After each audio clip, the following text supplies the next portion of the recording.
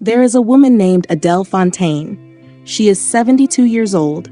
She has been an interior designer for over 40 years, working now mostly from her home studio outside Santa Fe, because her knees don't love client site visits the way they used to, and because, as she put it in a note she sent me, the work still finds her even when she doesn't go looking for it anymore.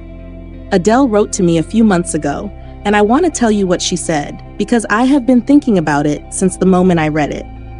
She's the kind of woman who spent decades telling other people, with total authority, what belonged in a room and what needed to go. Fabric swatches, floor plans, clients who trusted her opinion on a six-figure renovation without a second thought. And yet, in her own note to me, there was a hesitation I don't often hear from a woman with that kind of expertise. She told me her closet was full. Not messy, full. 40 years of a career spent convincing other people what belonged in a room. And somewhere in that process, she had lost the ability to decide what belonged in her own. There were blazers from the years she flew to New York twice a month to sit across from clients who paid her to have opinions. There were the boho layers from the years she reinvented her whole aesthetic in her 50s. The years she says she was at her boldest. There was a coat she has not worn since her husband passed, still on the hanger, still smelling faintly of the perfume she wore to his memorial. She wrote, "I'm not sure if you understand. I'm having issues with who I used to be versus who and where I am now in life." I sat with that sentence for a long time, and then something happened that Adele told me changed everything. She had a video call scheduled with a young couple who wanted to hire her for a renovation. Big project, the kind of project that, 10 years ago, she would have taken without a second thought. She got dressed that morning in something from the boldest years. A jacket with a print so loud it used to make her feel like the most interesting person in any room she walked into. She looked in the mirror before the call and felt, in her words, like a woman wearing a costume of someone she used to be. She almost canceled the call. She didn't, but she told me she went into that meeting uncertain of herself in a way she had not felt in decades, and she is convinced the couple felt it too. There was a hesitation in her voice on that call, a smallness that had never once been part of her 40-year reputation. They went with someone else, a younger firm, a cheaper one, she suspects, though that isn't really what stung.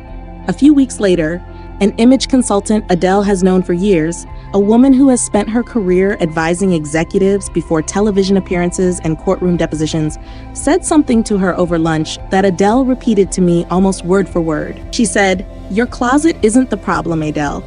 Your closet is just telling on you. It's showing you every version of yourself you haven't let go of yet." That sentence is the reason this video exists, because here is what I reflected on, sitting with Adele's story. We treat closets like storage. They are not storage. They are the most honest room in the house, because nothing in there can lie to you the way your own mind can. A woman who is still dressing for a client meeting she had in 2009, or a body she had in her 30s, or a marriage that ended, is not disorganized. She is unfinished. And the 10 minutes it takes to finish that particular piece of business is some of the cheapest, fastest self-respect available to any woman at any age. My name is 𝐈𝐬𝐷𝐿. Every week, I bring this community the information that nobody else is willing to say plainly. That community is called the Undeniables. If you are new here, subscribe right now. You belong here. And drop the city you are watching from in the comments below. I am always down there reading. I want to know where my fellow Undeniables are. Now let's get into it. Before we go further, I want to give you something. It's free, and it exists specifically for mornings like the one Adele described. The ones where what you put on your body decides how the rest of the day is going to go. It's called the Elegant Morning Routine Checklist, 12 rituals of women who are timeless, healthy, and undeniable after 40. It's the exact framework I use myself every morning before I've had a single conversation with anyone else, because the first decision you make about yourself sets the tone for every decision that follows. I wrote it because Adele's story is not rare. It is, in some form, almost every woman's story I have ever heard in this community. The link is below this video. It takes less time to read than it took me to tell you about that jacket. Now, point 1. The single question that ends every negotiation with yourself. Here is what I have watched happen, over and over, in the closets of women who eventually got this right. They stopped asking, "Might I need this someday?" That question is designed to keep everything. Instead, they started asking one question and only one. Does this serve the woman I am living as today? Not the woman you were. Not the woman you're afraid you'll become again if you let this go. Not even the woman you hope to become 5 years from now. Because hope is not a wardrobe strategy. The woman getting dressed this morning. Princeton's research on decision fatigue tells us something important here. The more open-ended a question is, the more it drains your capacity to decide anything else that day. Might I need this someday is open-ended. It has no answer, which means it will exhaust you every single time you ask it. Does this serve today? Has an answer in under 3 seconds. A professional organizer I've worked with in Manhattan told me she now opens every client session with that exact phrasing. Because it is the only question, she said, that clients cannot argue their way around. Adele used this exact question on the jacket from the video call. She kept it.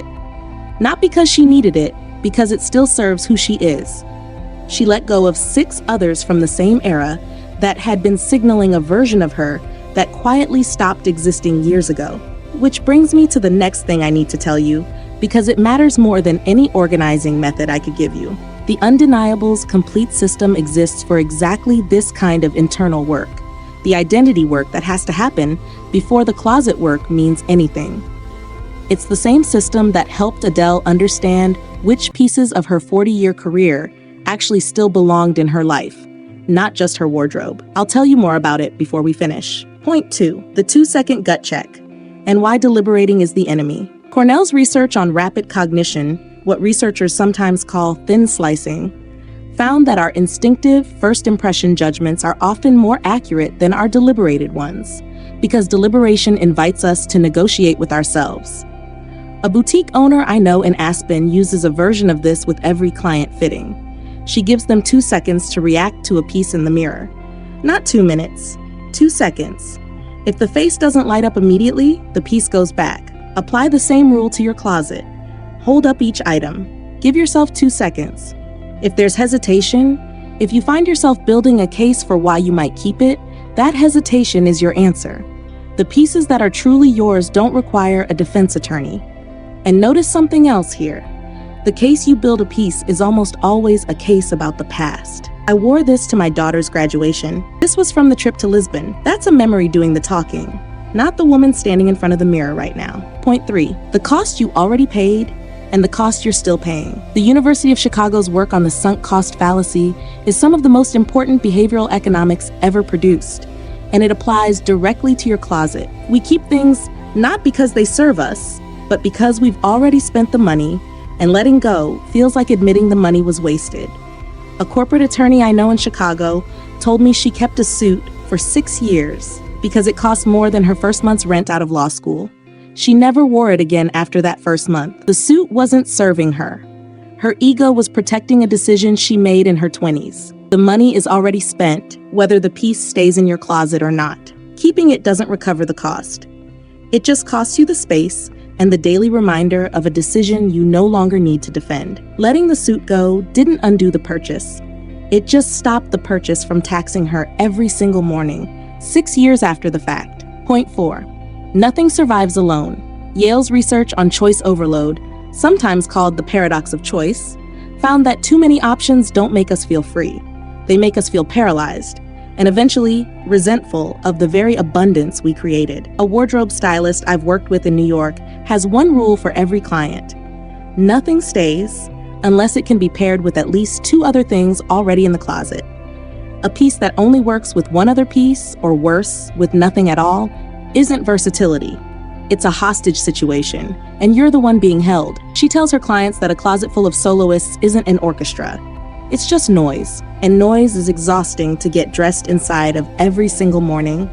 Adele had 11 silk scarves. Only 4 of them, she realized, actually worked with anything else she still owned. The other 7 were beautiful and completely alone.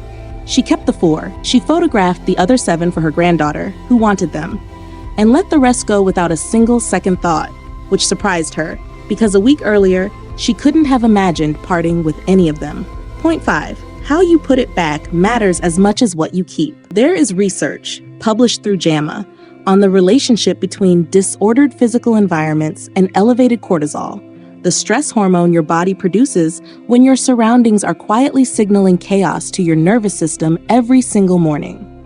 A cluttered closet isn't just an aesthetic problem. It is a low-grade stress source you are exposing yourself to before 8 in the morning, every single day.